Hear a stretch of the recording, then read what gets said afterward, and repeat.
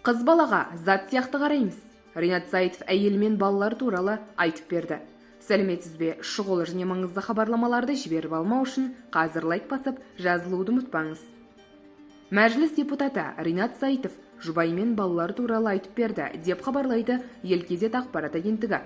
Ұйқым келмейді бағдарламасына берген сұхбатында Ринат Заитов отбасы туралы көптің көкейінде жүрген сұрақтарына жауап берді.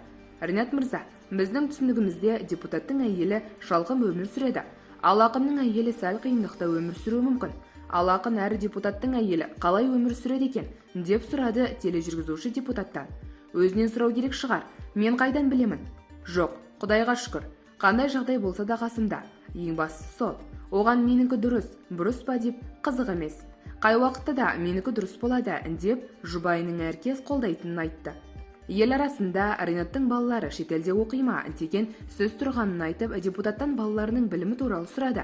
Балалар алды, 18-ге толады, ең кішісі 5-те. Қазақстанда оқымағанда, басқа қайда оқиды? Үлкен қызым Айша оқуға түсетін кезде шетелге кеткісі келетінін айтты. Бірақ мен шетелге текке ақша қимайтынымды, грантқа түсе алса, оқуына кедергі жоғын айттым. Қыз балаға шетел керемет болып көрінеді, бірақ қиыншылығын байқамайды. Сонымен өзі таңдап, осы Астанадағы университетке түсті, дейді Ринат Заитов. Сондай-ақ Ринат Заитов қыз баланы қадірлеуге қатысты ойымен бөлісті. Бұрын қыз баланы ұлттың анасы деп бір ру мен елдің атын берген. Бір рудың атын берген соң қазақтың қыз баланы.